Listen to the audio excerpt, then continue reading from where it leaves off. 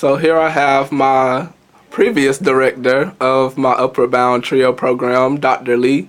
And today she's going to be answering a few questions about, for me, as it relates to her ancestry and relations with slaves and her family and everything that relates to that. So first, hey Dr. Lee, how you doing? Hello, how are you? And I'm sorry, crowd. My name is Kawan Parker. So first, what is the spelling of, you're going to be talking about your grandmother today, I'm Right. assuming. What's the spelling of her name?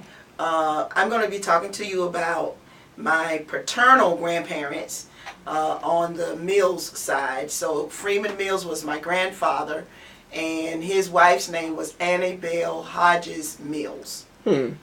So when and where were they born at? I actually have been doing work on my family tree, which I know is a surprise to Kawan, but I was a history major in college. Oh, wow. I have an AB in history, or some people call it a BA in history. So, and throughout my family, there's been a natural love of history.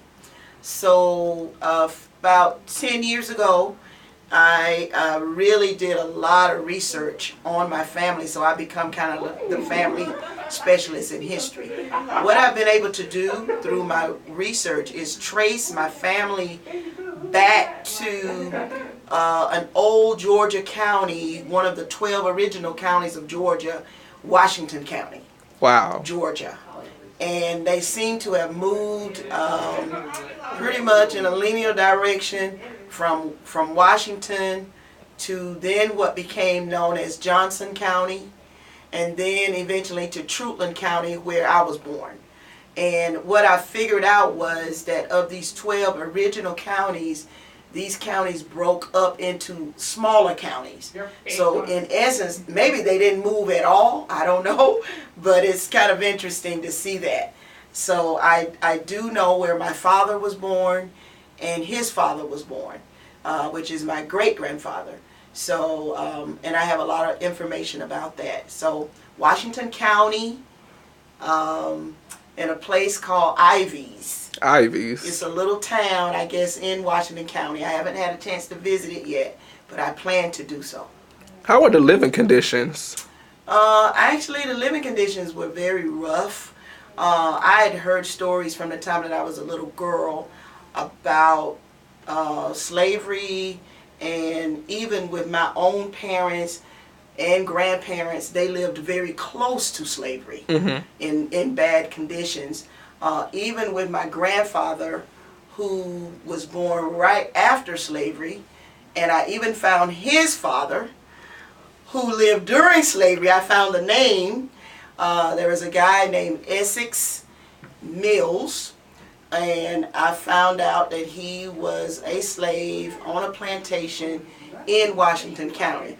And what I found out about Essex was that he actually was brought to Washington County from Virginia. In the census, the earliest census I could find was 1870 census. We found that it says on there where your parents were born. So he put down, evidently somebody put down Virginia. So I know that our roots come from Virginia.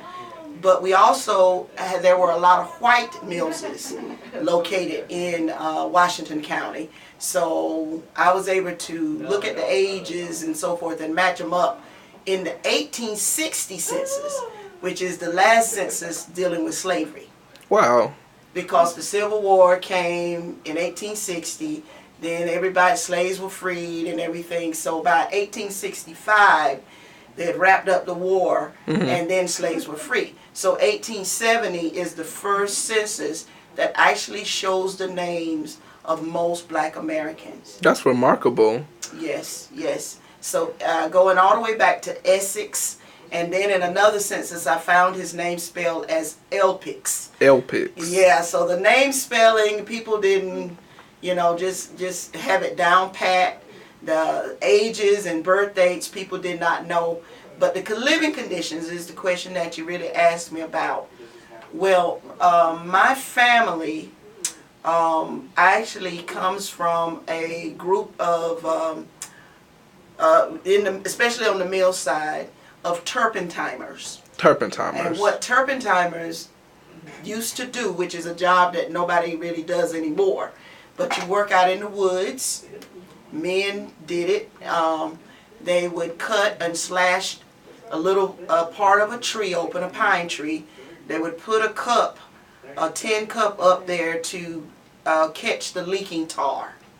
And that tar is resin, and it is a product used in making paints and makeup and some of all types of products. Well, and then after so many years of doing that, they would cut the trees down for the timber and sell it. But they pretty much always worked for someone else, a white family. Actually, my father and his father were hired to come to Trutland County, which is the county that I was born in, so that they could work on a family's land, the Fowlers, who were a rich white family in Trutland County. And Mr. Fowler owned almost 10,000 acres of land. And so he hired my grandfather, and they moved to Trutland County in 1927. And my father was 3 years old when they made that move. My grandfather went on to have 11 boys. Wow. Of which my father was the oldest. And every one of those boys ended up working in that kind of trade. We lived in a house owned by Mr. Fowler, which was a wooden shack almost with no bathroom. Oh, wow. I was born in that kind of situation, and I'm the 7th of 8 kids. And up until I was 11 years old, that's how we lived. My grandfather, my father, all his brothers, all of them worked like that. There was no such thing as health care or anything like that. Anytime we wanted to go to the doctor, my mom would have to get a permission note from Mr. Fowler, and then later from Mr. Fowler's son when Mr. Fowler died. So we were liking in health care and all that stuff. So how does your ancestors look? Do you feel like it's a strong resemblance? Do you have strong genes? Because I know you said your grandpa had 11 boys. So do all the boys look alike? Do you look like your mom? Yes, I actually have pictures of them. There was one picture in particular that in which all 11 of them were on that picture. Was when their mother died. Right. Back in like 1976, and we all have shared that picture. It was very difficult at one point to get all of them back together again, because it was a near slavery experience, I guess. Because as what I'm saying is, this whole family worked for years for Fowler and Company. And they worked the land, and our houses belonged to them. Our medical, everything centered around them. They owned a grocery store in Trutland. We even got our groceries from there. And it was we stayed indebted to them. And it was very difficult for my uncles and my father to ever leave the Fowlers, because they kept us in debt. Waited, my uncles left, and my dad was the oldest of all of them. He really psychologically, I think, was bought into that system, whereas some of the younger boys were not. And they had to sneak away from Trutland County, and they went to places like Florida, New Jersey, Pennsylvania, and many of them did not come back for 30 and 40 years. Wow. So it was very hard, and some of my uncles I probably have never seen. But I do know now that we only have about 2 of the 11 boys left. 2 out of 11? They're all dead now. That was, from that legacy. My father was born in 1924, and so you got to remember that they're up in age now. Oh, definitely. So only 2 uncles are alive now. We just laid one to rest last November. That we had 3, and then one of them died in November. So they're slowly dying off, and I have been the keeper of their story. And I am planning one day to hopefully write a book about that. So with most of these stories that you heard, where did you hear most of them? Are there like family time dinner stories, living room stories when you're just casually relaxing? Yeah, my dad used to, and like I said, we just had this natural love of history.